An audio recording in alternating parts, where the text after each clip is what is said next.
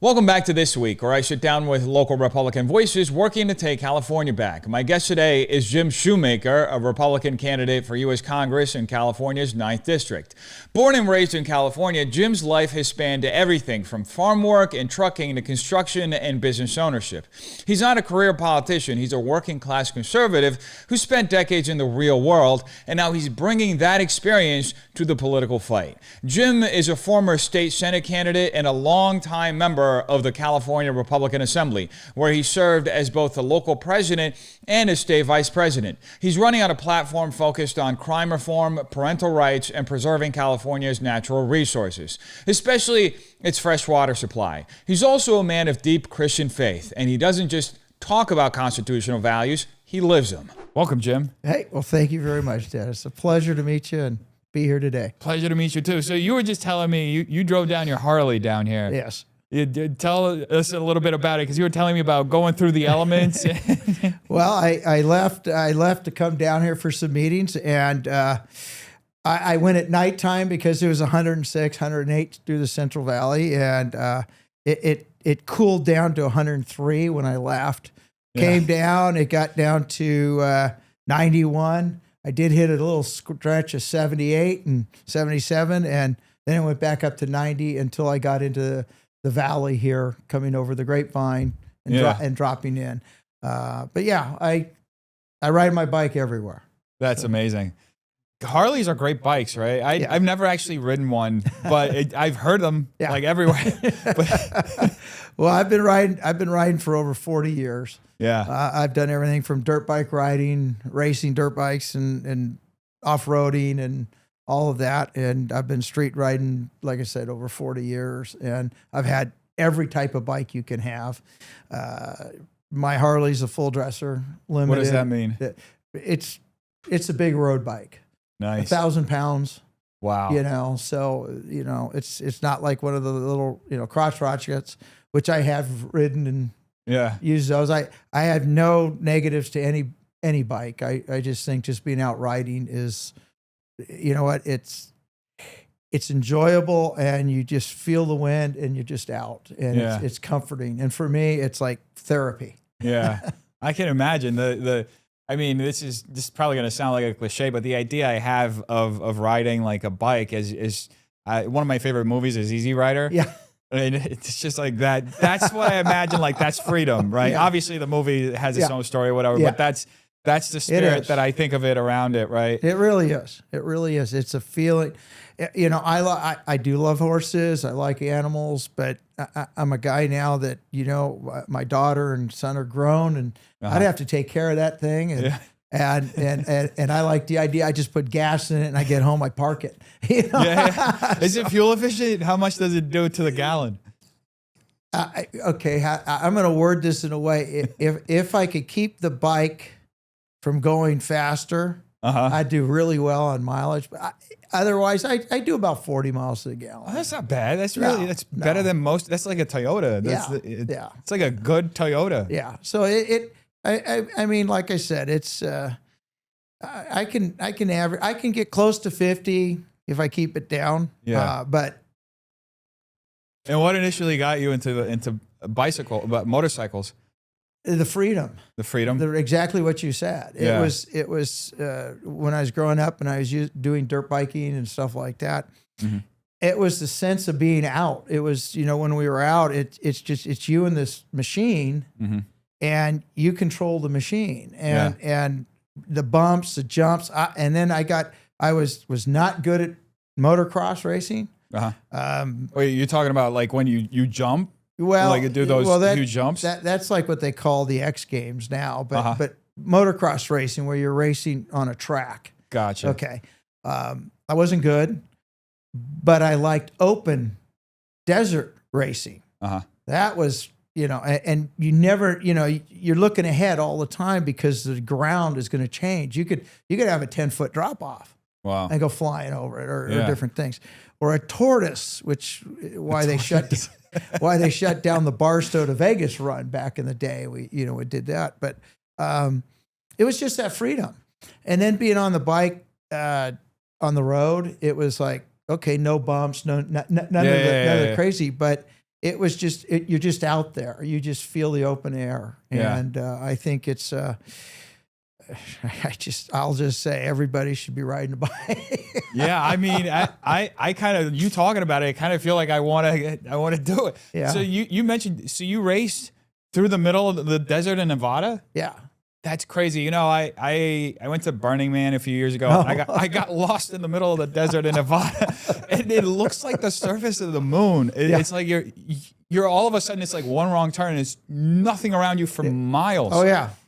Yeah. No, I know where Burning Man is. I did some construction work actually just down the road from where that's out of Fernley and all that off of Highway 80. Yeah.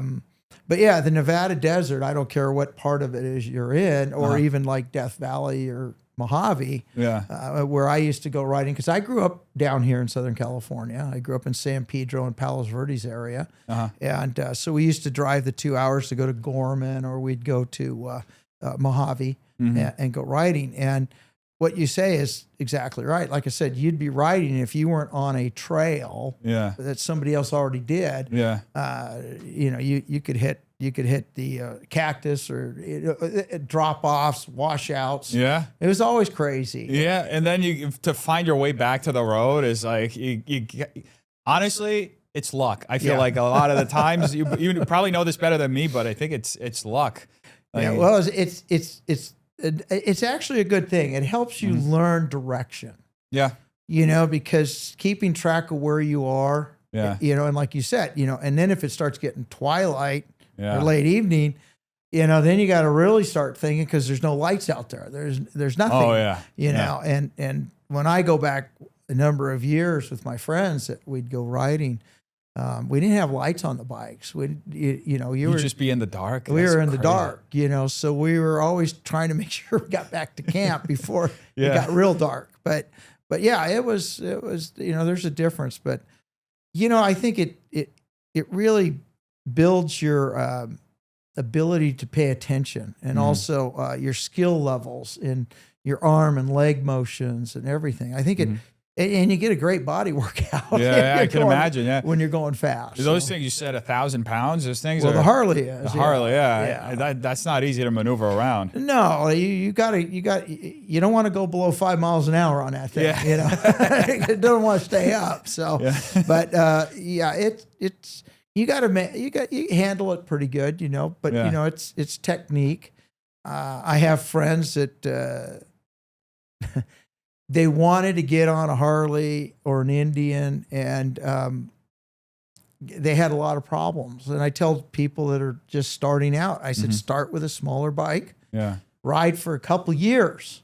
Wow. Unless you put on a lot of miles, and then practice. And if you can, go take a course. Yeah. I think, even with all my years that I've been riding, I still go out and practice once in a while. If I haven't been riding for maybe 3 or 4 weeks, I just to refresh. And it's a safety thing to be able to really, because some guys, you need to know your limitations. Yeah.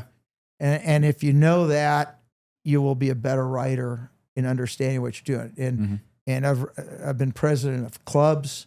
I've been in a lot of groups and organizations. I've ridden with hundreds of bikers at a time. And, you got to know your own comfort zone. Yeah. Because if you create a problem, then it's bad. Exactly. So that's really good advice, actually, because even when you think about it, like Olympians, like they never stop practicing. No. You can be Michael Phelps. Yeah. He was still practicing all the way up until the day that he had the race. That's right. That's so right. You essentially you're training yourself so you have like you said, no surprises. Yeah. In the event of something happening, it's easier to call an audible because you have a game plan. Yes. Right. And it's safety, because just like we were talking earlier, coming to your interview here, I was splitting lanes the whole time because of the amount of traffic that was out there. Yeah. And it's a time that you do not take your eyes off the road. You pay attention and you look a half mile ahead of you. Yeah. You try to figure out the cars. And a lot of that for me is from my years of truck driving. So from doing that, I've got a couple million miles driving a truck. That's crazy. So I tell people, and my wife likes to say when we got together and we got married that she made the comment, I'm the one that taught her that, don't look at the car ahead of you, look way ahead. Pay attention to, because they're the ones that are going to affect what happens in front of you. Exactly. And I said, that's what we have to do. And especially riding a bike, I tell people, I said, we got a target on our back. Everybody wants to kill us.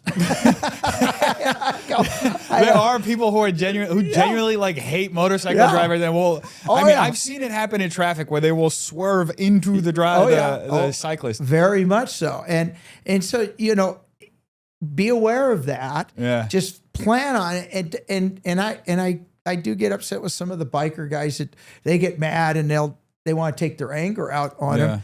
It's like, okay, you're now jeopardizing yourself because they are on four wheels and steel around them. Yeah. And I go, as mad as you want to get, just get away from them. Yeah. And that's, the way I ride. I mean, I've had them and it's like, you know. It blows your blood, but you got it. But it's like, you know what? I can go faster than them and get away from them. I'll be done. And then let it go and ride, because it's just, if you let yourself get distracted, that's when problems will happen. So I agree. I want to bring it to your, how did you get started in politics? Because you have a very interesting background. You said you ride motorcycles, you were a truck driver. How did the move or the decision to go into politics come about? It was, I'll give you a little, going back farther, even into high school. I watched my uncle and my dad at a very young age. My father passed away when I was 10, but he owned a very successful popcorn business here. And I remember how he operated and worked. And then I saw my uncle in the farming industry, which is where I got my farming background from.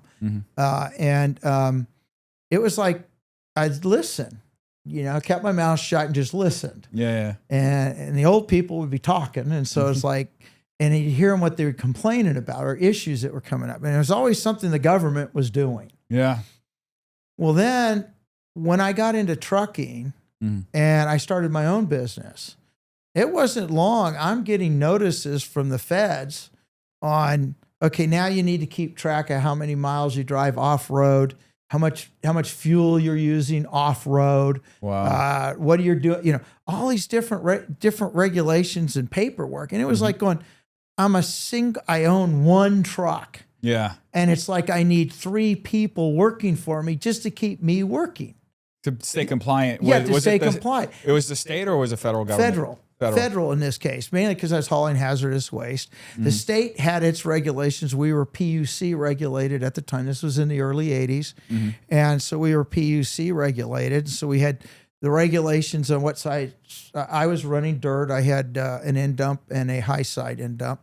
And there were regulations for what we do. And it was like, if I went to Northern California, there was a different rate setting for there. There was a different rate setting for Central California, for Northern California and the San Diego area, another rates. So anywhere you worked, you had to figure out what rate setting you were at, and then work with the brokers or yourself or whoever you were contracting. And it used to infuriate me that the government's telling me what I can and can't do. I was limited to how many hours I could drive. At the time, federal was 10 hours, state was 12. And what was the logic around that? Well, you need your rest, so your rest. So 10 hours continuously. You could drive upwards of 10 hours, but you're still supposed to stop, check your truck every, I don't remember what it was now, 3 or 4 hours. You're supposed to stop, and then you'd have your breaks, but you could have a total of I don't remember now, 14 hours, I think, total on the clock time. And then it really got to me because I was hauling loads from here into Nevada, Arizona, and all over to these special hazardous sites. And as long as we were in California, I could run 12 hours. But as soon as I touched that border, I had to run 10. Now, I think we're outside of, anything to happen to me, but I ran 2 logbooks. What does that mean? What is that?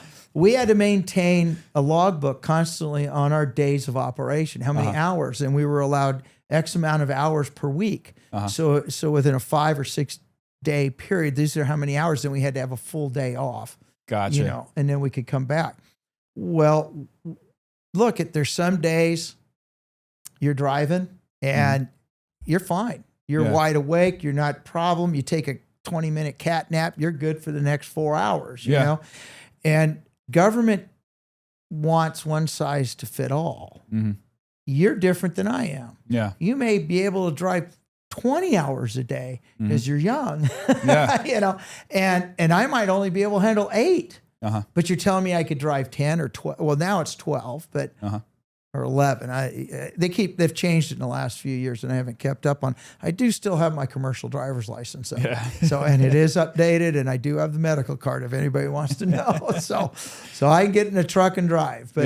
But the amount of regulation that was being implemented against a business that you can tell somebody what they can and can't make, basically. If I contract with you, that's between you and me. Government has no business being inside of that equation because they don't know the parameters.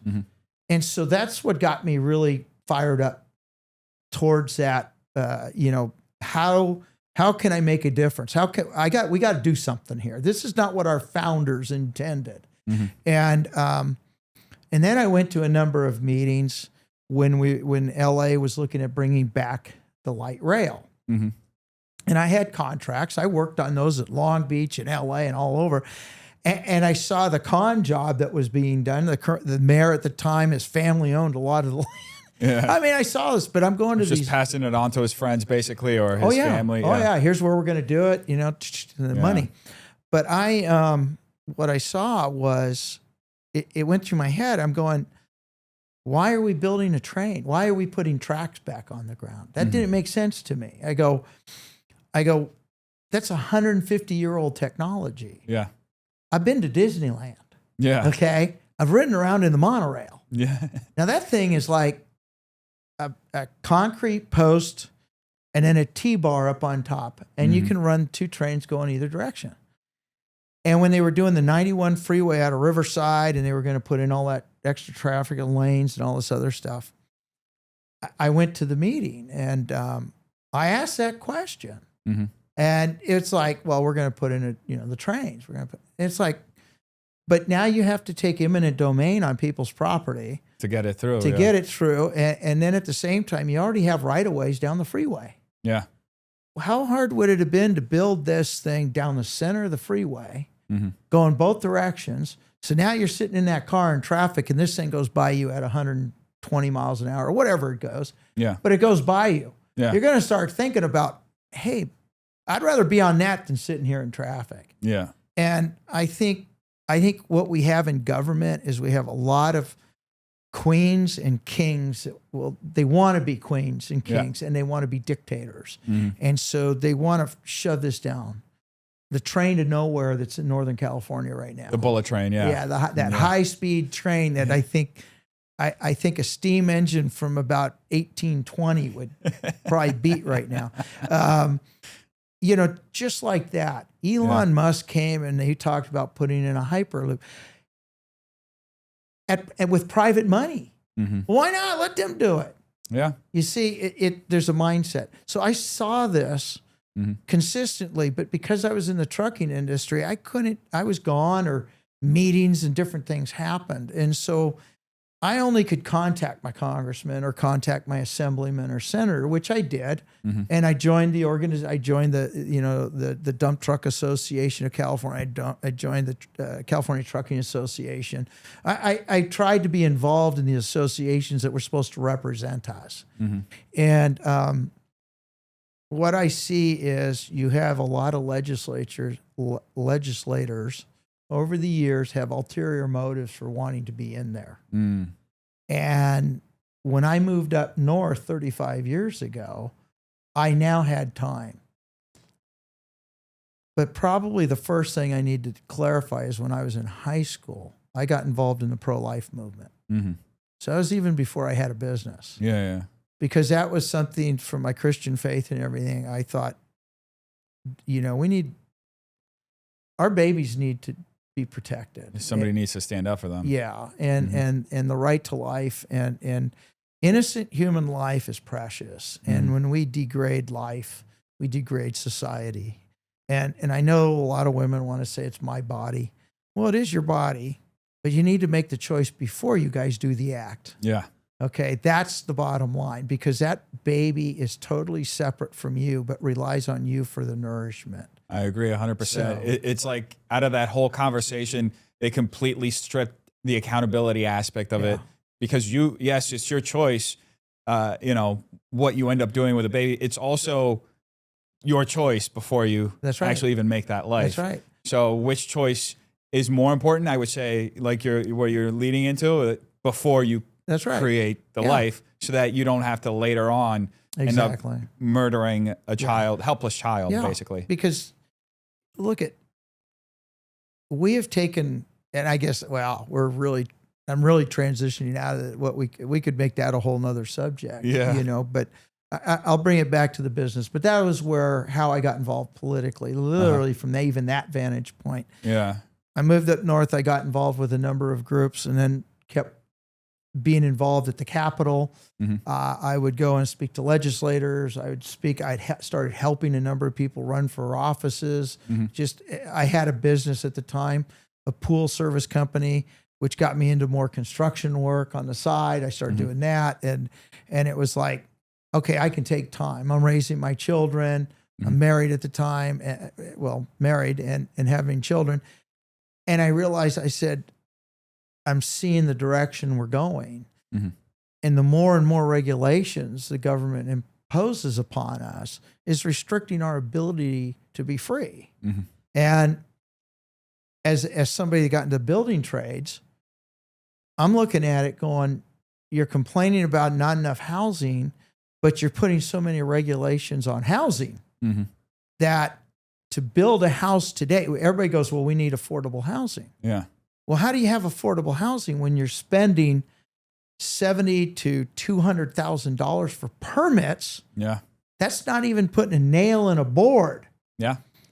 You're not going to have affordable housing if you're spending that on these permits. It's so crazy, because it's a problem that was created by Democrats, this overregulation, and then they come up with a solution, which is to expand the state to solve it. That's right. Right? We're going to own the housing. You're going to buy it from us, and it's going to be affordable. But it's not really going to be affordable because, like you said, the cost of it is going to be astronomical. I mean, you just compare how expensive it is to build the homeless housing here in California versus in other states. Other states spend about $40,000 for a tiny home. We spend close to $800,000. I know.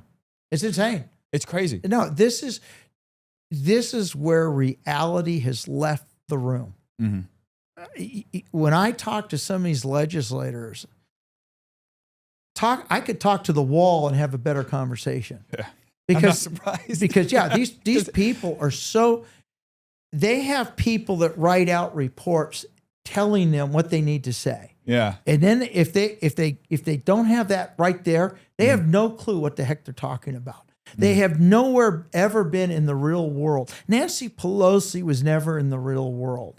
Yeah. Gavin Newsom has no idea what hard work is. They're career politicians. I mean, he's been in government for 30 years. Forever. His dad was a lawyer for the Getty family. Yeah. I mean, he's never had to work a hard day in his life. No, he's got very soft hands. Yeah, extremely. Yeah, you can tell also by the way he moves them. Oh yeah, no, he's scared. Don't put a shovel in his hand. But I mean, and actually, that's even my own opponent in this congressional race. But when you look at that, these legislators, there's no common sense of what the real working man and woman have gone through. And even though the Democratic Party forever has tried to say they're for the working man, they've never been for the working man, ever. I was a Teamster, okay?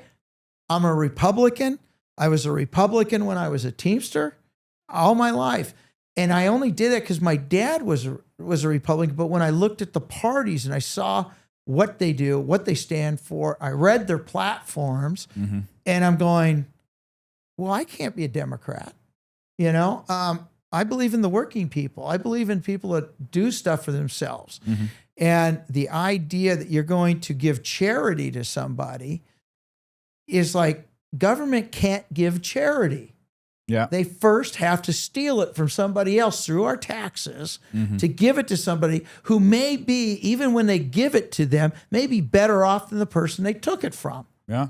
So it's like, let's be real here. It's interesting that you bring that up, because that reminds me of something that happened in New York a few years ago. So New York built a bunch of public housing, right? A bunch of affordable housing, the projects, that's what they call it out there. And they did an audit. This was like a decade ago. And the majority of these project units were owned by families that were subleasing the units for thousands of dollars. There was one family specifically that owned 10 different units and made over $1 million a year off of the rentals. So, I mean, that's straight up, you know, it's not really helping the people that were the aim. And you know, they just create this ecosystem where it's state-funded corruption. Yeah, it is. Very much so. I watched it growing up in Palos Verdes area. When my father had died, he'd already paid off our home. The only reason we actually could stay living there. And I watched when the state mandated affordable housing. I mean, they even did this 45 years ago, you know, or whatever. And I remember watching how families looked at that and they go, okay, that's fine. We'll buy them. We will game the system so that we can qualify somebody we know to buy this. And see, this is where I laugh. Government, I'm gonna pass a law. We're Americans here. We don't give a shit about what the heck you have to say. We are going to figure out a way to go through it, over it, around it. I mean, the mindset of a bureaucrat and a lot of these people that think they're in charge or want to be in charge, they want control. Well, we threw out the British crown because most of us, and my family goes back before the revolution and fought in the revolution. Both sides of my family were in the Revolutionary War. And you know, when you study the history, it's like what we have is we have a socialist group that in the turn of the century of the 1900s, the last century, started infiltrating our government heavily. And the Democratic Party was the mechanism for that. Now, I'm going to tell you right now, the Republican Party at the top ain't that great either, okay? I think they're both connected to at the neck. Okay. But look for us regular people, working people, and Americans here. You know, we need to look at that and go, what can we do here locally? How can we make a change?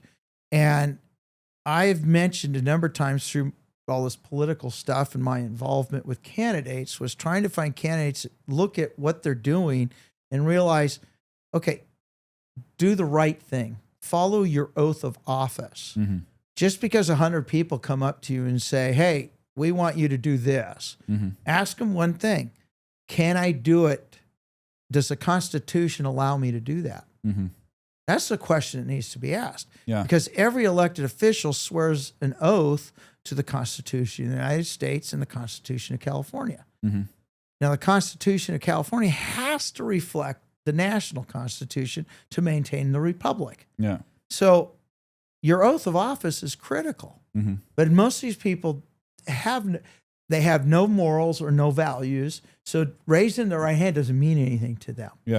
And it reflects upon the bills that they try to push through. It's so interesting that you bring that up specifically, because what we're seeing now, especially here in Los Angeles with our mayor, who's now suing the federal government to try to, she thinks she has this weird idea where her authority is greater than the federal government's authority. So she's trying to, you know, she just had an activist judge, you know, rule against basically ICE agents be able to do the raids that they've been doing. This is obviously going to go up the courts and it'll get turned down. But this is just one example of what you just talked about, of people who swear this oath of office but don't don't actually, in the practical sense, represent the interests of the people. I mean, she's also giving out cash to illegal immigrants so they can continue evading, our tax money. Our tax money. And in California today, with Medi-Cal, food stamps, all the stuff, all the bennies that we have. Mm-hmm. I talked to some friends. The bennies, that's funny. The benefits. I tell them, I actually just had a conversation today with a very good friend. She came here a long time ago, and she's going in for her green card tomorrow. 7 years. Yeah. Okay. And it's like I told her, I said, yeah, I know. You should have gone to Mexico and just come across the border. And then they would have paid you. Yeah. They're going to give you $3,800 and a room and a place and food and everything. I go, cell phone and everything. Yeah, that's better than me trying to work for a living, and it's there's a disconnect on the value of citizenship. Mm-hmm. And it goes back, and I whether you're a believer in Jesus Christ or not, if you read the Bible, even as a historical book or however you want to read it, the principles in that are timeless. Yeah. And in that, you sit here with the fact of how did Paul travel the Roman Empire? Because he was a Roman citizen. Yeah. He had citizenship. What gave him a right over all the other disciples was he was a Roman citizen. Yeah. He had the right to go to Caesar with his argument. Yeah. And I go, that's why when his trial came up, he chose to be tried as a Roman citizen. That's right. Yeah. That's right. Because see, now the Sanhedrin couldn't do anything to him. Yeah. He's a Roman citizen. He's protected. Yeah. We're American citizens. Yeah. Our citizenship means something, but they have taken it and they've degraded it to have no meaning because they don't want citizenship of anywhere. They want open borders. They want a one world government. It's a globalist agenda. A globalist agenda. And this is their focus. This woman that's mayor is a full-blown communist. Oh, yeah. She was trained in the Castro regime years ago. She was involved in the Capitol bombing in the, the 80s or the late 70s? 100%. Yeah, no, she should be in prison. And the idea, look at, the Hispanics and the Mexicans of our community, I'm related, okay? Yeah. My daughter's got a Gonzalez, and my son is married. His wife is. I said, and my sister was married to a Gonzalez. I go, look, to me, we're all the same. There's no race. Yeah, we're all part of the human race, and we may have a slight variation in our pigments in our skin, but outside of that, we need to be treated the way I am. I need to treat people just as God has created me, to treat them the same way. And in that, we would have a better society. But the idea behind this Marxist mentality is they need to divide and conquer. Exactly. So they need groups. Yeah. You're a group, you're a group, you're a group, and then you don't like this group, and that group doesn't like this group, and this guy. But the idea that we have borders is so that there is a difference. Yeah. Why do all these people want to carry Mexican flags, but they don't want to live in Mexico? Exactly. Or why in Mexico right now, they were just doing protests against Americans. They're trying to get Americans. Yeah, exactly. They don't come into my land and not speak the language. Or they were saying the same thing we say here, but over there, apparently they're righteous for doing it. Well, but see, and that's the other thing. I go, and they go, well, stolen land. I'm sorry. SBS. Yeah, from the day of creation, we've advanced across continents, and those that win, the Indians. I mean, if you really want to be. Look, I know Indian tribes too, so I'm connected there. Well, the Indians weren't even from here originally. They went through the Bering Strait. Here. They had to go through the Bering Strait. If you really want to go back to where everybody's from, you're going to find was it the west coast of Africa? That's where we're all from. Yeah, no, Adam and Eve. Yeah. So, this is the point that it's so ridiculous that they keep perpetuating this hatred. Yeah. And from a political standpoint, it's like I tell people, I said, look, you need to create the problem. Then you come in, I'm going to fix the problem. Then I'm going to tax the problem. Yeah. And then I'm going to sit here and ask for some more. And then I'm going to pass another law to fix that problem that we created. Yeah. And it's like to keep it real simple, I want to build a house. Mm-hmm. I have to go to City Hall with a set of plans to build my house. Mm-hmm. Now they tell me it's health and safety. Mm. Okay, I need an electrician, a plumber, a roofer, a framer. I need all these guys. So each trade, is there. Now each one of those guys has to go get a license. Mm-hmm. And it's like, okay, so they all got licenses. They're paying their fees. It guarantees them nothing. Mm-hmm.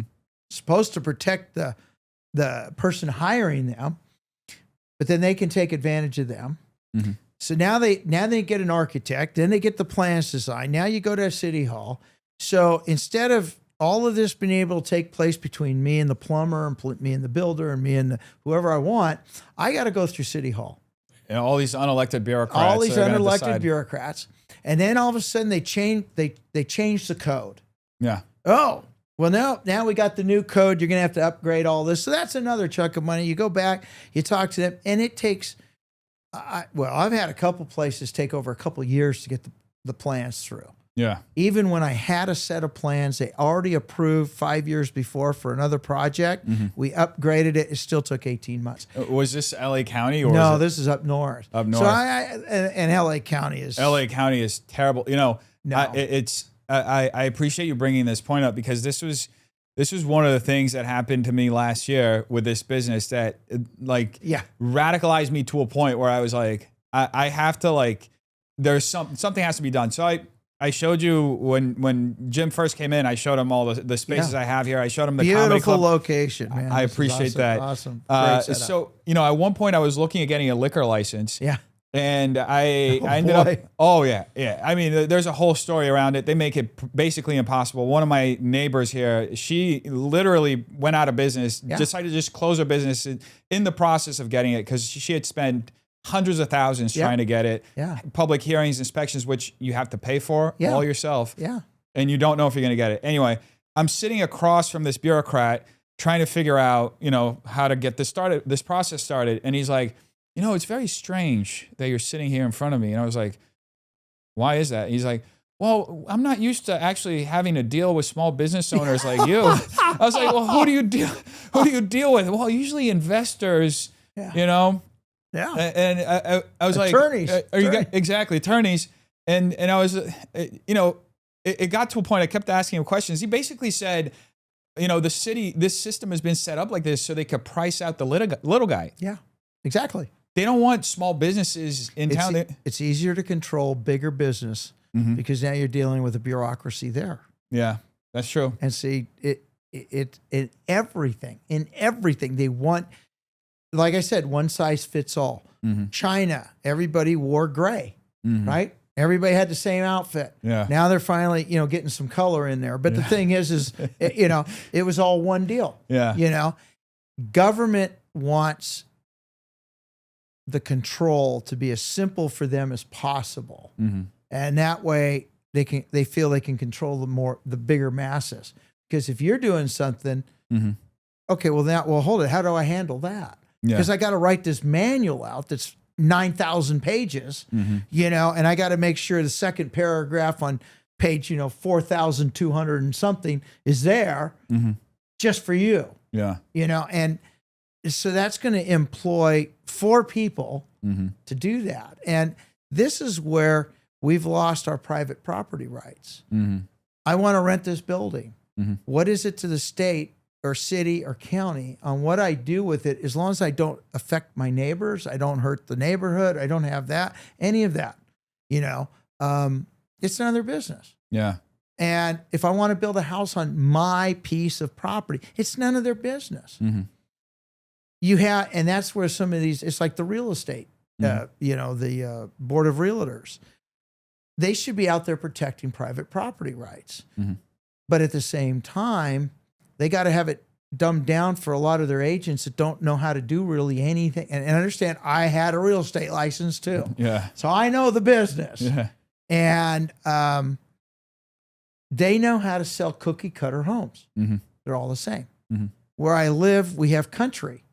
So if your house is 5 miles out of town and you need comps, it's very hard for them to go, well, we got to find comps to this house. Mm-hmm. So a lot of realtors don't want to deal with that because they don't know how to sell it. Mm-hmm. But just because that person doesn't know how to do it, why am I going to pass a rule or a law or regulation to limit somebody else that wants to think outside the box? Mm-hmm. And if I want to build a house and I decide I don't want air conditioning, or I don't want a fire system in my house, or I don't want solar, that should be my choice. Yeah. Now, if you come and I want to sell a house and you come to my house, well, here it is. Buy it as it is or do whatever you want. But that's between you and me, not government. And today, because I've tried to build a couple other homes, I now have to have sprinklers in a house. Mm-hmm. I have to have solar on the house.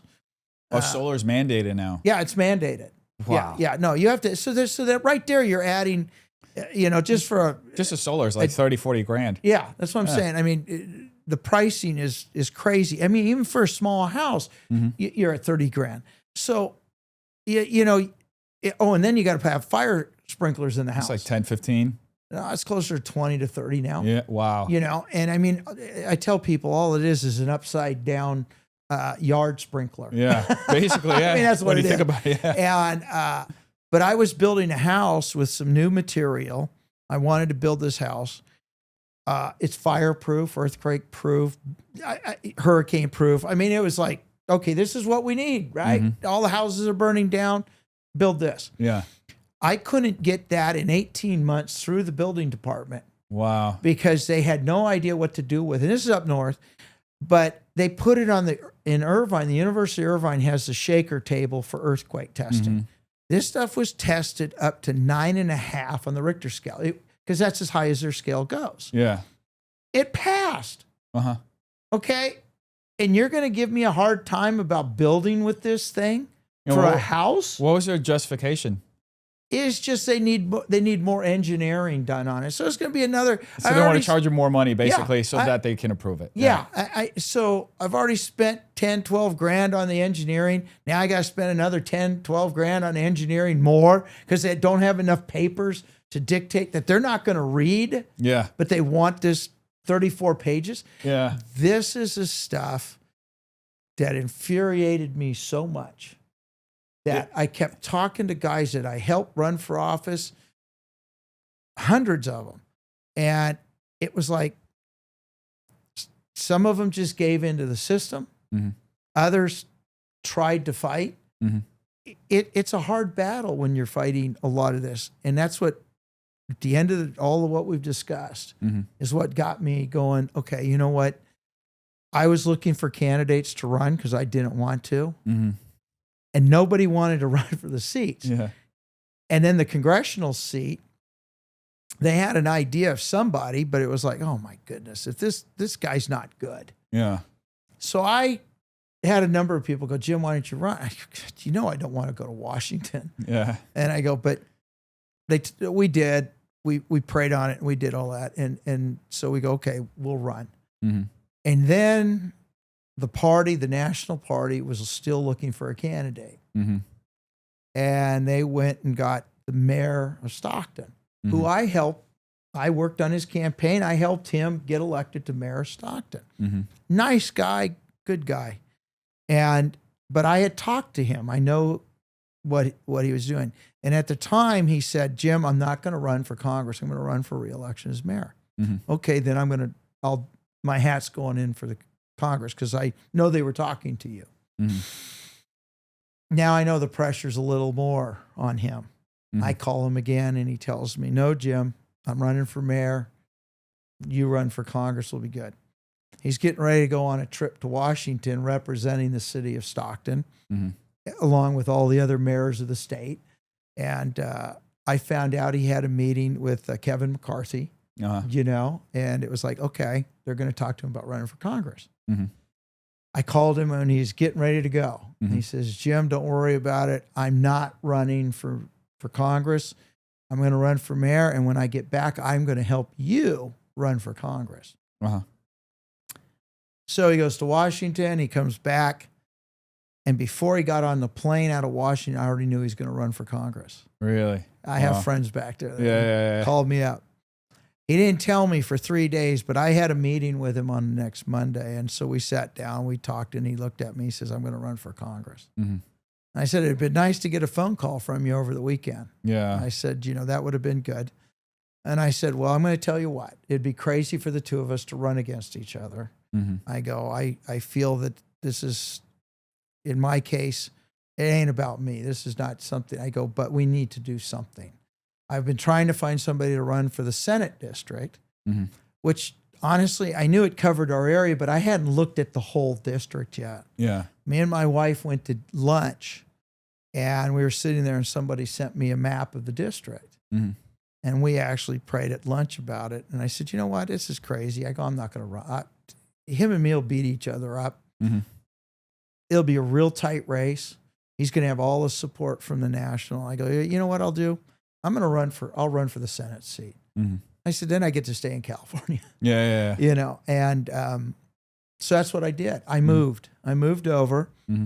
and then he had all the guys. And so we got through this election cycle. He didn't do very well. Mm-hmm. Trump, it was Steve Garvey, Trump, and myself that had the highest vote counts of Republicans in the entire region. State, yeah. And I improved the Senate district from a plus Democrat. It was a plus 15 Democrat. Mm-hmm. I got it down to a plus 3. That's Democrat. amazing. Yeah. But in all the numbers, mm-hmm. if I had stayed in the congressional race, I would have won the congressional race by 3,000 votes. Wow. I received almost 15,000 votes more than he did. Mm-hmm. Apples to apples, just looking at the district. Mm-hmm. In that district, I received that much more votes than he did. And I would have won the congressional seat. Wow. So he told me at the end of the election he was done. He's going to be done. So I said, okay, well, I'm going to move back to the congressional seat. Mm-hmm. We'll put a team together, but thank goodness we don't have to do anything for a while. And I wish it had been that way, but everybody's, you got to get on this. So we've been doing all of that. I've been doing mm-hmm. all the work. Our ground game, nobody could touch our ground. We had over 300. So that's what I want to ask you about, because there's so many districts that are similar to mm-hmm. the one that you ran in. That's plus 22 Democrat, plus 15, plus, I want to get some of your perspective on how you said you had a good ground game. What were some of your strategy going in? Because you're starting behind the 8 ball. Yeah. And you have to, essentially, you're like the New York Giants against the Patriots at the Super Bowl, right? You got lucky with you got to get lucky with Eli Manning throwing the one good pass one time to win. There you go. So how did you do it, Dennis? I'll tell you how. In my case, this is what some people don't really understand. Mm-hmm.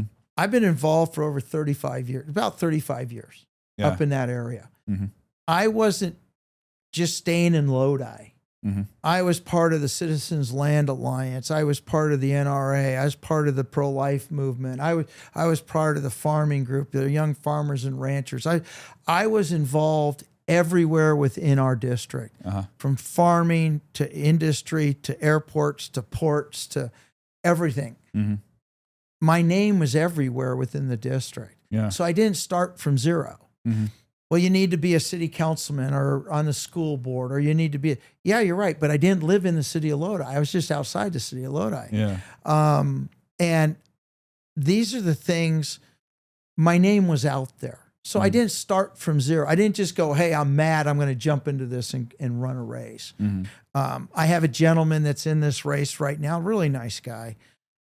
It'd be nice if he would look at something else to run for, but he got involved, and he literally told me, I'm going to run your game book, Jim.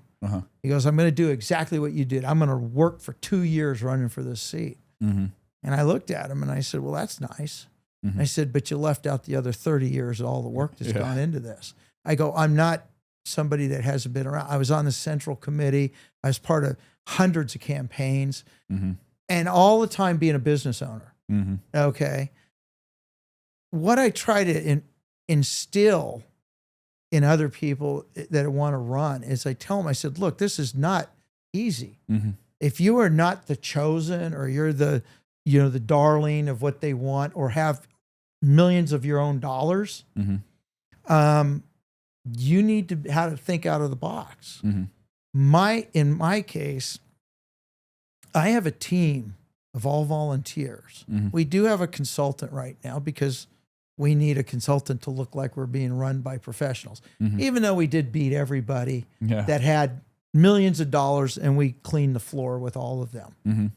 And it can be done. But strategically, and you really got to be honest with yourself on how much work you're going to do in this.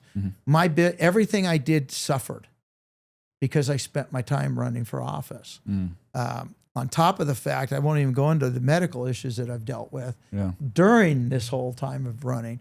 But the point I'm driving at is there is chances of winning some of these seats, but it's how hard a work you're going to do. And there's a lot of people that will say, oh, I'll help. I'll do this. I'll do this. If you have 10 people all that say they're going to do it, one person will come through. And that's the reality. I had a friend that's running for office right now. Again, I helped him. I helped a number of people while I was running, which I got told constantly, Jim, only worry about your own race. Do not go outside of your own race. I said, that's not me. I said, I helped the lady win a school board seat over in Livermore. I helped another one win a city council seat in Manteca. I helped a couple others in some other communities in Mountain House, all over. Because I look at it like, if we're on the same page of our belief systems and what we're doing, let's work together. You bring our resources together, because now that dollar will stretch farther with the two of us working together. And that's what we did in my campaign last time. We worked with people others didn't want to have anything to do with, because we're trying to do the right thing. And look, none of us are perfect. I'm going to have my detractors too. But like I tell them, I go, in my case, you want to know how I'm going to vote? All you have to do is pick up the Bible and the Constitution, and you'll know how I'm going to vote. I love that. Yeah. Okay? Done deal. You like me, don't like me, whatever it is, but you'll know how I will vote. And I will not tell you anything but the truth. If you ask me a question, I will tell you what I think on it. Or I'll tell you I need to learn about it. But the fact of the matter is, that's the values that I cherish and want to respect, because I think every single one of us is a child of God. And at the end of the day, we need to be doing the right thing. And that tells me I don't want to be your king. I don't want to be your boss. I just want government to do the least that it has to do. And that is to protect us from foreign enemies and domestic, protect our borders, give us a justice system that is justice, so that no matter who you are fairly treated. That's what we need to have. Leave me alone on building a house. Let me sell a car or have a business or whatever that is. Leave me alone. That's really interesting. And, a lot of the conversations that I have with fellow conservatives, trying to tie everything we talked about together, it's how California is such a central place for the whole country, basically, right? And a lot of people say, the pathway to keeping the House in 2026 is through California. The pathway to turning California red is through Los Angeles. And I think there's a consensus with all that. And at the same time, there's a consensus that we're the canary in the coal mine. We are. California goes down, the whole country will go down with it. Because, California wants to brag about we're the fourth largest economy in the world. We're only that because we have the ports here bringing in the goods. But those goods are transported throughout the rest of the nation. And at the same time, even the tech industry of California is moving out of California. You're going to Texas, Tennessee. All over because of the regulations and the nonsense. When Elon Musk, this was a number of years ago, I was doing some projects in Nevada. So I was going back and forth from California to Nevada. They have an area there. It's an industrial area, but the state of Nevada designated it as this is the tech area. This is going to be a zone. And it's just outside of Reno. It's east of Reno. And Elon Musk was going to build a plant here in California. They estimated it would take him almost 7 years to get to the finishing of it, going through the whole process. In less than a year and a half, they were up and running in Nevada. Wow. Okay. They have got a program where they have all the electricity and energy they need. I watched them build this thing because I was going back and forth so I could see the levels, and you couldn't do that here. California is depriving us of energy, of water, of resources. They're dumping our water into the ocean. They are shutting down our power plants at a time that China is building 3 or 4 coal-fired plants a month and at least 2 to 3 nuclear plants every other month. Our oil refineries? They just finished they're shutting 2 more down. We're going from, I think we had 8, now we're going to go to 6. That's almost a 14%. I think it's somewhere in there, 14%. Don't hold me to the exact number, but we're going to lose in production here of refining. That's insane. That's not, and see, that affects the nation. Our oil doesn't go over the Sierras other than maybe to Nevada or something. The rest of the country uses other oil that's produced out of Oklahoma and Texas and everywhere else where it's refined. But here, even the Defense Department buys its oil out of California up at the Richmond plants up north and then out of our plants down here in Wilmington. And the idea that we're going to shut 2 more plants down and we're going to have to ship oil into refined oil into California from all these countries that don't like us, and it jeopardizes our supply chain. California has an abundance of oil, natural gas. We have an abundance of resources in this state that the so-called environmentalists, who aren't really environmentalists because they don't know what dirt looks like. They live in cubicles and they think they know how to run a farm and they don't know nothing about farming. Make everything cost more, and they're trying to drive people out. And our governor, solar and wind will never replace our electricity. If you are truly a believer in their version of clean energy, then you'd be building nuclear power plants like crazy. I agree on that. And also the cost of maintenance for windmills. I was having a conversation with somebody about this the other day. They were talking about how there's, I think, a windmill alley or something that's a few miles from here. And how going into Palm Springs. How these windmills are breaking down and they're just letting them stay broken because it's so unbelievably expensive to fix them. It's almost as expensive, I think, as it is to build them. Exactly. No, just changing the blades. Now, where's the environmentalist on the fact that you can't do anything with these blades? They're burying them in the ground. Wow. Okay. I didn't know that. No, huge landfills, and they're burying these. The blades are only good for 7 to 10 years. Now, supposedly this thing lasts 20. Well, they're using, I'd have to look at my numbers again, but I believe it's like 18 tons of concrete and 23 tons of steel goes into the foundation of a windmill. They're never going to dig this stuff up. That land will never be used for nothing when they take those out or do anything. It's going to be a big hole. Well, it won't even be a hole. It's just concrete. So you're going to have all these concrete foundations that nobody's ever going to do. The land is now become worthless. This is what these environmentalists are talking about. Look, I like solar if I decide I want it. If I want wind, if I decide I want it. But quit limiting our ability to have energy. We need energy. We used to have the cheapest electric rates there was in the country. And I laugh because everybody goes, well, I got my Tesla or my car, electric car. You go to Kansas, it costs more to run your electric car than to have a gas car. You go to Texas, it's the same thing. Why? Because they have an abundance of energy, of gas. This is nonsense. Electric trucks. Everything we own, eat, sleep in, wear, or live, everything comes by a truck. Yeah. Electric trucks today are ridiculously expensive. Yeah. Even if the price drops, we don't have the infrastructure or the energy to recharge these trucks. Yeah. I mean, when you put solar fields out and you go into the Central Valley and up north, you'll start seeing these big solar fields. Mm-hmm.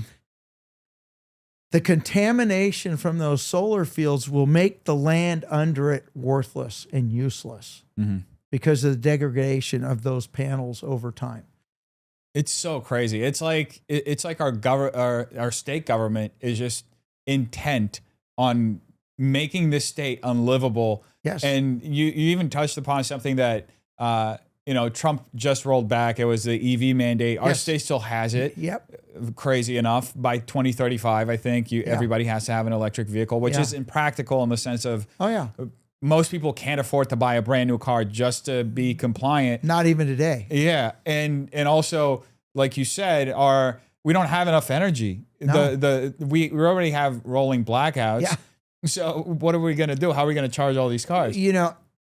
As I said, back into the building situation, now you're mandated that any new home has to have a charging station in its garage. Really? That is like, okay, there's 25 grand. Yeah. Or 20, whatever it may be. But that's how stupid our state government is becoming. Uh-huh. How many regulations can they roll out every year? Mm-hmm. If we have right now, there's close to, I think, 2,000 bills they're looking at in the legislature. Mm-hmm. Okay. They'll whittle that down to maybe 1,000 or something. Mm-hmm. And then the governor will sign 800 to 1,000 of those bills. Mm-hmm. Every year, do we need this many new laws? How about this? If you want to pass a new law, every new law, you got to get rid of 20 old laws because it is insane what they're doing to us. And back to the power. We can't build power plants. Mm-hmm. The regulations are ridiculous. They scared everybody with nuclear. And I have a cousin and her husband who worked in the nuclear industry for over 25 years, the safest industry there is. Mm-hmm. I mean, we have coal plants. We have problems. Look at anything man does, there's a question mark with, okay? Because you still have human error. Mm-hmm. And even with AI and all the technology that's coming out, I'm sorry, it still comes down to a programmer or a fuse going out or anything can happen. But we need to take back our liberties and our freedoms in this state and this nation away from government. And how do we, I think in California, the way to do that is to completely strip the Democrats of their majority that they've had for decades. Yeah. How do we, outside of the plan, the grassroots plan that you very nicely laid out, basically be involved in your community in every sense you can, be out there talking to people, get your name out there so that you can have the name recognition when you run. But how else can we push back against the Democrats? Because I like to compare it to Venezuelan style authoritarianism. Because when you compare it, 50 years of one party rule where you're just destroyed a country. Exactly. Yeah. Unchallenged. You get this extremely wealthy, beautiful state and you tear it to shreds. Yeah. And like you said, we have the number 4 economy in the world, but we're number 1 in homelessness. Yeah. Number 1 in people leaving the state. Yeah. Number 1 in cost of living when adjusted. Yep. We're number 1 in so many bad things. There you go. And you hit it. The bad things. We're number 1 in all the bad things. Yeah. Our education sucks. Yeah. Our children are being indoctrinated to be crazy and nuts. They're doing mind games on them and everything. This is a time we have such a great opportunity to flip this state and move this state in the right direction. But we also have our own detractors within the Republican Party too, that want to keep their little kingdoms going. We need, and you know what? It may be a cliche, but we need America First candidates. We need people that believe in the people of this country, in this state. So if you want to call whatever you want to call them, but I believe in the people of this state. I believe you have the ability to run your life. You need to run it. You need to be responsible for it. And then you take the consequences for your actions. Yeah. We need to go back to that. We need that. Personal responsibility. Personal responsibility so we can move forward. This isn't a looking back. This is looking forward. We've had 50, 60 plus years of crazy. People telling us, you're trying to control or run my life or do this or do that. No. The Democratic Party wants to run your life. Yeah. And then they want to tell you how to do it. And then you get mad and then you go blame a Republican. Well, the Republicans went along with some of this stupid stuff. They're the ones we need to get rid of too. We're at a point that we talked about earlier. How do we do this? We stay on principle. Quit trying to compromise. I got told directly to my face by some Republicans, high-level Republicans, and a congressman who is not a congressman anymore. Jim, you're too conservative. Let's see, what did he say? Too conservative, too MAGA, too pro-life, and too Christian. How can you go wrong with being all that? I don't understand. And my comeback to him was, you don't know your district. Because you don't know my district. It's 51, 52% Hispanic. Yeah. And I looked at him, I go, really? You mean everybody that believes in family values? Exactly. I've had so many conversations with Republicans in California specifically and in this area about how Latinos, I grew up in Brazil, so I understand this very well. South America, you bet. Exactly. We match like 1-to-1 with every single Republican value. Yeah, exactly. So like you said, like Christians, pro-life.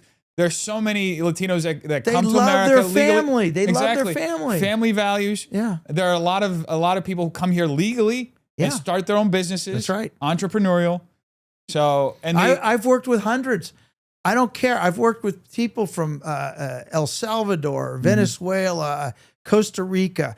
And like I said, with Mexico, I got a whole bunch of Mexicans. So it's like, and here's the thing. We respect each other because of who we are. Yeah. Not a group, not this group of people, but because of who I am and who they are. And like I told him, I said, you're an individual. You're responsible for you. If there's somebody that's a piece of garbage, you know that. Yeah. And you don't want to be around them. Well, we're the same way. Yeah. We're all human. Yeah. And that's the key. We need to go back to respecting each other for who we are and what we do. And then we can have a better state. And having these guys that literally run for office have coaches telling them how to manipulate how they do all these different things with people. And it's like going, wow, you're not there to do the right thing. You have an ulterior motive for doing this. You're a career politician. Yeah. And I go and I look at that and I'm going to have a caveat here because I do not believe in term limits. And I'm throwing this out there because I believe, one, you have to build relationships. Yeah. But it's the people's responsibility to hold their elected officials responsible. Yeah. You are supposed to do that, not to listen to them. You look at what they've done. Look at what they vote on. Look at all that. Don't look at the rhetoric. When we get to an election cycle, these guys sound like, wow, they're for all the good things and they're against all the bad things. Yeah. But they created all the bad things. Exactly. And the thing is, you're responsible. Our founders made a nation that the people are to be responsible and control what's going on and hold their elected officials responsible. That's why Congress only has a 2-year term to throw the bum out if he's not doing the job right. Yeah. And everybody goes, well, yeah, but they're going to be there for, well, Nancy Pelosi was there as long as she wants because the district she represents is crazy. Yeah. So even though you get rid of her, you know who they're going to get now? They got Weiner. They got Scott Weiner wanting to run. Scott Weiner is going to run for it. And he's even worse.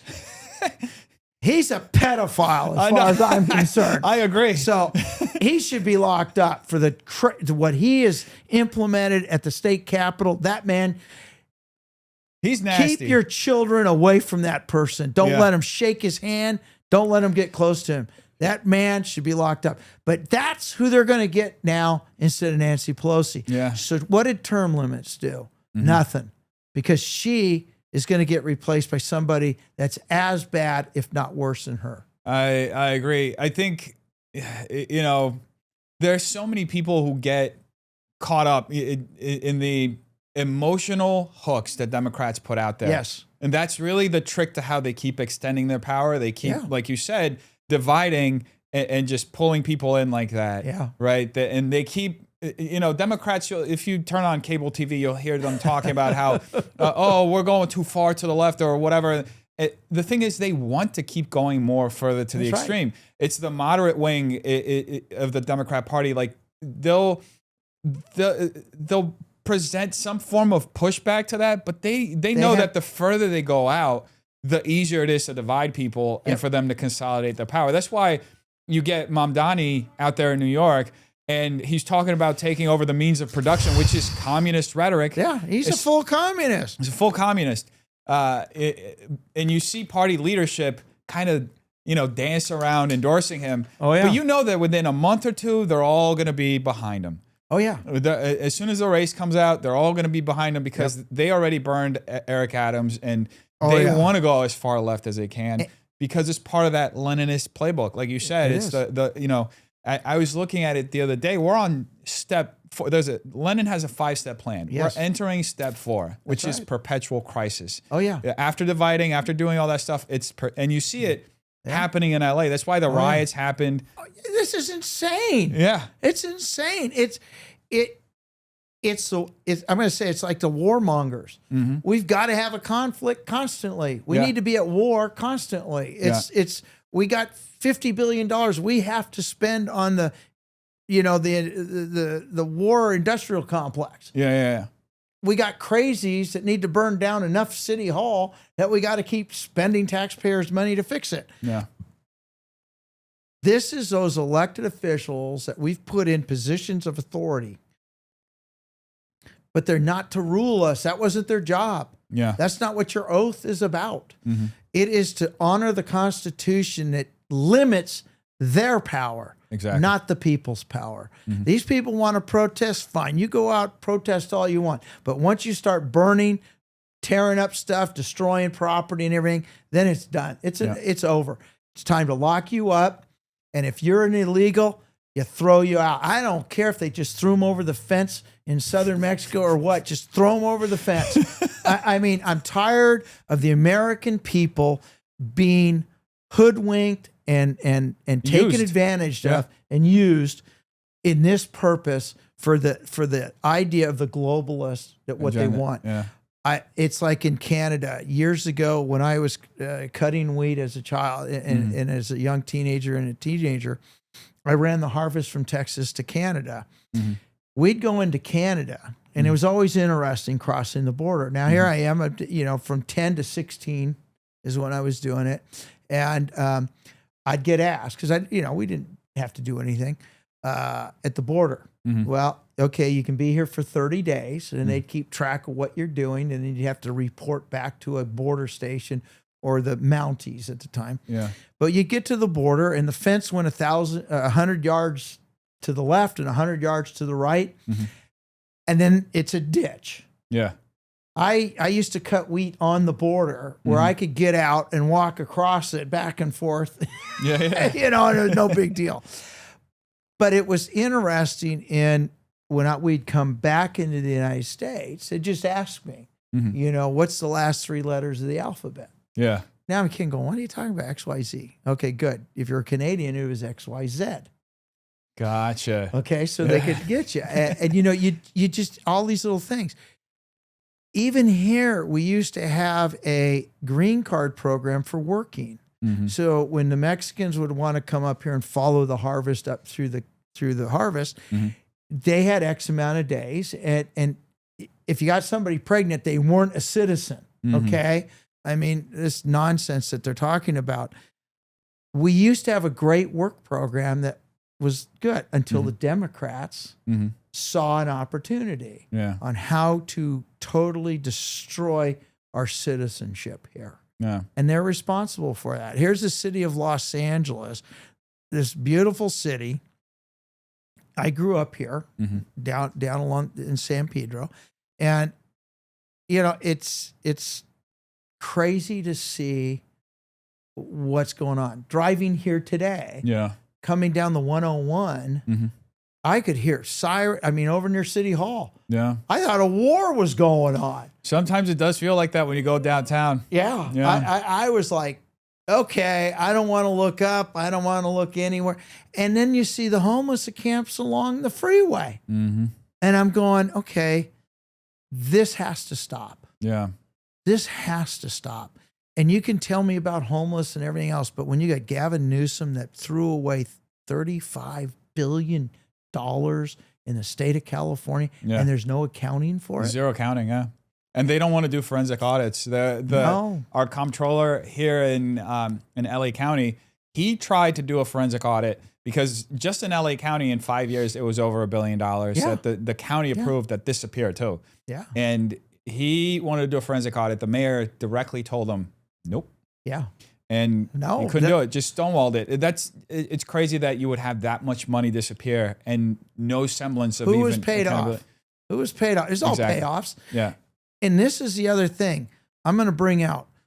The Hispanics and the Mexicans that I've worked with are just like us. They work hard. Yeah. They want to keep their money. They pay taxes. They do what they need to do, and they're working hard. And to be degraded by the Democratic Party and put into the positions that they've been put into, I listen to it. Yeah. My district up north encompasses every ethnic group that you can have. I have Hispanics, Mexicans. I have blacks. I have Sikhs. I got Muslims. I've got everybody. Yeah. And you know what? I get along with everybody. I haven't had anybody that other than, I will say, some white people. Yeah. I think I'm white. Yeah. Okay. So, but I mean, this is insane. Yeah. It goes back to respect. Yeah. And we need to get back there, but it's not going to happen while the Democrats keep pushing hatred, keep pushing this agenda that they're pushing, and to be crazy. Yeah. And they want to, like, you touched on a few different things, and I think it ties back to what you just talked about. They want to dissolve what it means to be an American because, what you just shared about your district, it's everybody working. The reason why you get along with everybody, because it's everybody working for the common good of your district. Of your family. Exactly. And there's a reason why they're saying like it takes a village to raise a child, because everybody used to come together as a community. Yeah. And Democrat rhetoric is about dividing people that they can get parts of the electorate, just pick and choose what they want. And to tie it back to something even further back in our conversation, you had mentioned Paul and how he was a Roman citizen. Yeah. And this is something that I've been looking at a lot. The Roman Empire, people like to talk about a lot about how the Roman Empire ended up falling. Yeah. It was the invasion of the Nordsmen. Well, there's that. They did suffer several invasions, but it was internal. All internal. So it initially dissolved from within through the dissolving of what it meant to be a Roman citizen. That's right. And then it was like, I think, a century or two of that. And then they were weak enough where they were occupied by two different forces. That's right. There was a Southern Caliphate, and then there was the Visigoths. Yeah. And they got invaded from the north, and that's how it got split. Yeah. No, when you destroy the family unit, a nation falls. Yeah. I mean, God created us, man and woman, to have children, to raise those children and be responsible for that. Yeah. And take care of your family. But when you destroy the family, which is what they've been doing, you can do everything on your own. You can do this. You destroy a nation. Yeah. The nation is only as strong as its families are. And that's what the Democratic Party has been adamantly working to destroy, is a family. And like I said, they can go off in every corner or direction they want to, but the bottom line is Rome fell when their moral fiber collapsed and their families dissolved. And then the other part being they brought in so many foreigners to do the job of what the citizens should have been doing. Yeah. The Roman army became an army of foreigners. There was no loyalty to Rome. Yeah. Our country, we have a lot. And I'm going to hit one thing here, and that is the military. In the last 6 months, since Trump came into office, every single service has met or overshot their recruitment numbers for the first time in over 15 years. That's great to hear. Now, you got to ask yourself, why is that? Because now we have a commander-in-chief. Yeah. We have somebody that cares about the people of this nation, whether they like him, don't like him, or whatever. He's an American. We need to remember we were born here, or if you came here, why did you come here? Yeah. My ancestors have been here for over 300 years. It took that group of people to build the nation that we have today. Yeah. And it's going to take a group of people now to save it. You look at the military today, and we have a large group of people, but who do you think is joining? It's our young men and women that love our country, that they see an opportunity now that they can serve their country because they have leadership up at the top that care about them, that see the outcomes, that we're not looking at trying to put everybody into a war again. Yeah. But we can train up these people. We lost so many. My own son-in-law, who served in the Marines, did 3 tours of duty as a Marine sniper. You know, he was the overhead watch guy for his outfit. And he told me what they were offering him to keep him in the military at the time. But the rules of engagement under Obama was so atrocious that he watched his troops get blown up because he wasn't allowed to shoot. Wow. This is when you have people in authority that are in that position that should be tried for treason against this nation, when they allow our young men and women to die in foreign countries that do not serve the purpose of what they're joining for. We are all responsible for our country. When our founding of this nation, it was the Minutemen. They weren't full-time army. They weren't full-time. They were farmers. They were citizens that grabbed their guns off the mantle and went to duty to guard their town, to guard their state or their province. That's what they were doing. Yeah. Then we built an army. So as we, the citizens of this nation that fought for this nation, we need to remember that and honor that. We need to know our history, because just what we were just saying a few minutes ago, this nation, we are living off of what those before us did. We have the benefit of the hard sweat and blood and tears that our ancestors did to give us the life that we have today. When I look back in my own family, my parents were quite a bit older than most of my contemporaries. They actually were around in wagons. Wow. Okay. Yeah. You know, my father, and my mother delivered grain in a wagon, in a 6-horse wagon. Yeah. They lived through the Depression. My father I have 2 sisters, one that's still alive now that's 98 years old. I go, I'm a whole lot younger. But point being, they lived and built what we have. Yeah. These phones that we have, the luxuries that we have today, our children have it easier than any generation in history. Our water's delivered to us because we turn on the tap. Yeah. We can cook inside our home because the gas is brought in, or electricity, like the screwball governor wants us to stay on. All of these things, the comforts that we have, air conditioning, okay, are all because of our ancestors putting this together to make it for us. What we're inventing today is because of what they did. And we have that benefit. We need to know the history. Yeah. And it isn't about slavery. It isn't about all that. Understand there was more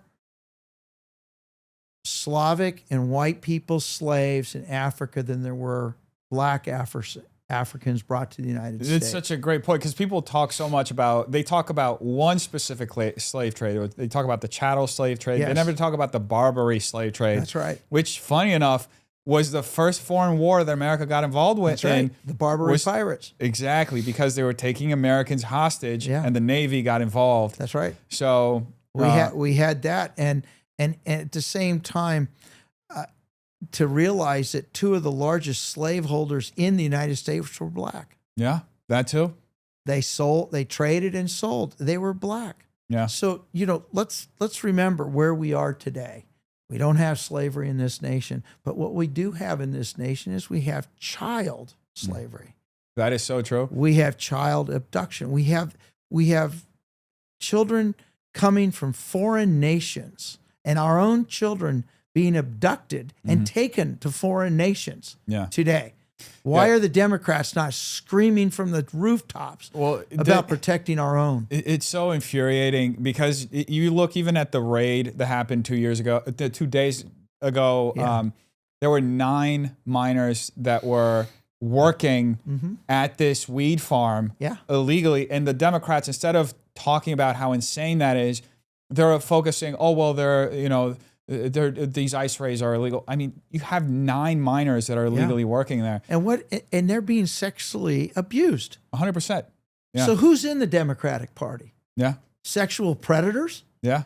I'm sorry, but that's often how they make themselves look like, because they're always defending the other side. Criminal. Yeah, exactly. They're defending the criminal. Up in Stockton, there was a gentleman, a minority who owned a store. He was robbed 3 times in one day. Wow. They were carrying stuff out. You know what? He finally started hitting the guy with a stick. Yeah. Well, they wanted him prosecuted. Thank God our DA has some brains up there, and he said, we're not prosecuting. He prosecuted the criminals. Yeah. That were sitting there. I mean, we threw out a bad DA, happened to be a Republican. Yeah. And I was part of that because we need to do the right thing. Yeah. And that comes down to no matter who you are, the right thing. And our children need to be protected in this nation. They do. I was just having a conversation yesterday with somebody else, and the amount of children who were used so that people could come into the country illegally because it was one way for them to claim asylum. That's right. The amount of children who have disappeared, I mean, there's a number that's thrown out there of 300,000. I've heard 500,000 children. I've heard of centers that have been, that there are certain Democrats, one of them being Norma Torres, who facilitated basically child human trafficking through these. There are 10,000 children through one of the centers that it disappeared. Yeah. That's just one of them. Yeah. In the Central Valley. Yeah. That the kids 10,000 they don't have their names. They don't know where these children went. Yeah.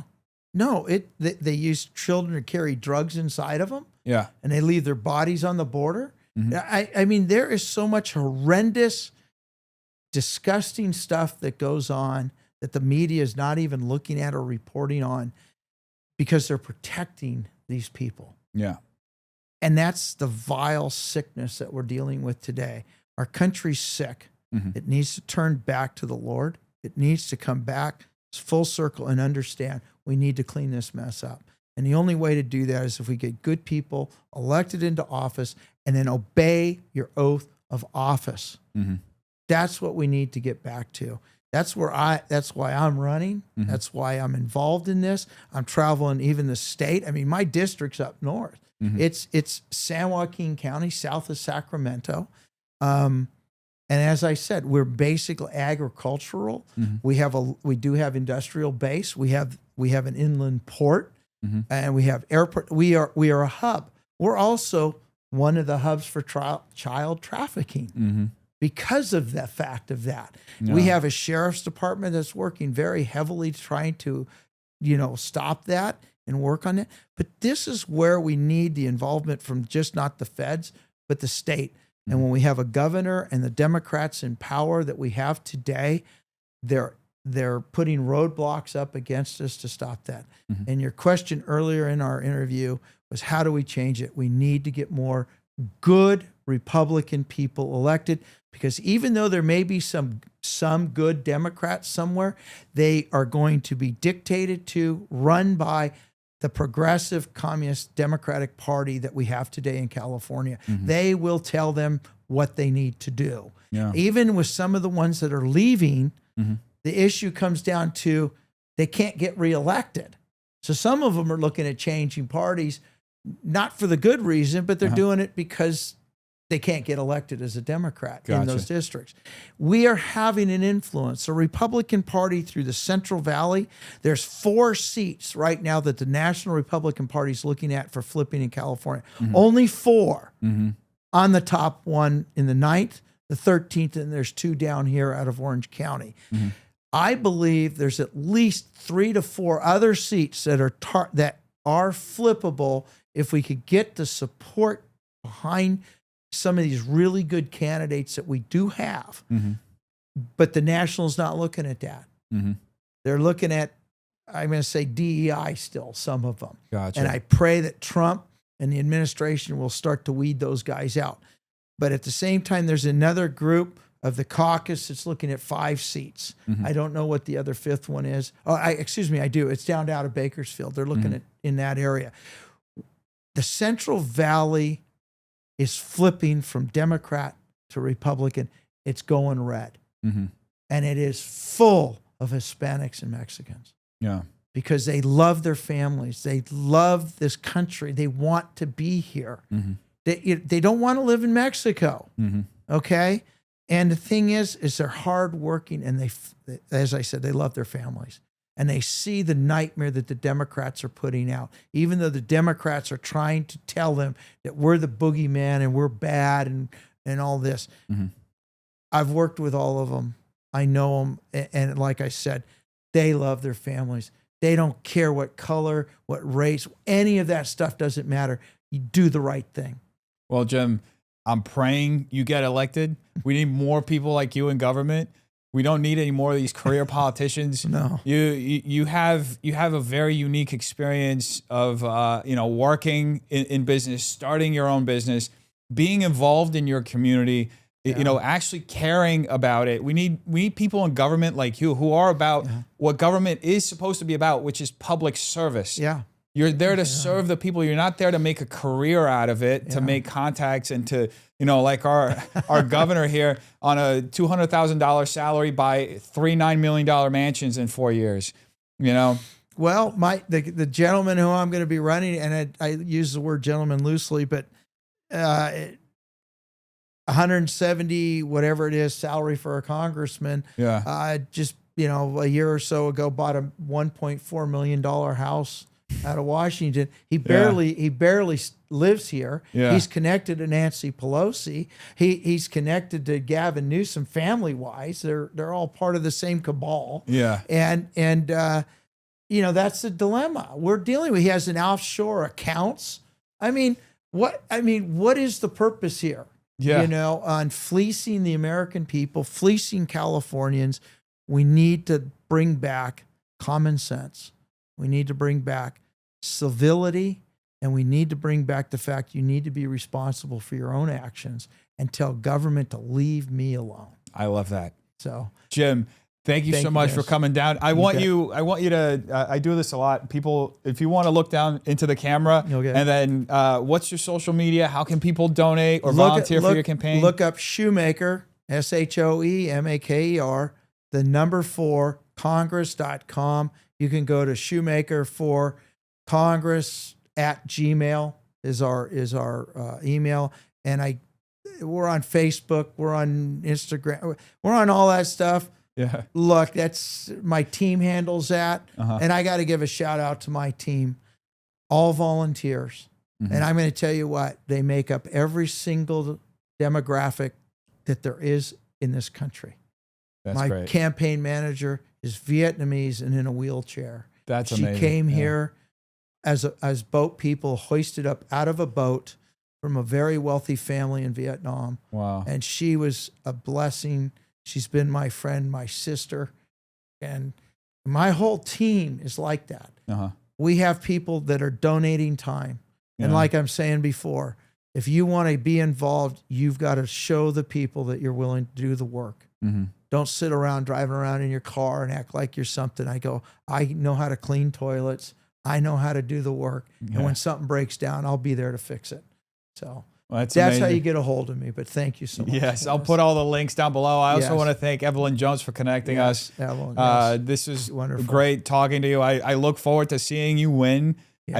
I'm praying that you win, because we need hearing you talk. Yeah. The involvement that you have, the vision that you have. We need people like you. Well, the bigger thing too right now is we do need to raise money. Mm-hmm. We need to, if you can spare $5, $20, $100, or if you can max out with a $3,500 donation right now, we need all of that, because no campaign that I know of is as penny pinching as we are. Mm-hmm. I respect every donation that's donated to my campaign, because I've watched other campaigns just look at it the way they look at government money. Mm-hmm. It ain't mine. I don't care. Yeah. I care about every donation that comes into our campaign, because I look at it as though it was mine. Mm-hmm. And I go, and we need that, though, to be successful also. But thank you so much, Dennis, for this time. And you have a wonderful facility. I appreciate that, really, Jim. Make sure you donate to Jim. Follow him everywhere. I'll put his information below, and I look forward to seeing great things from you.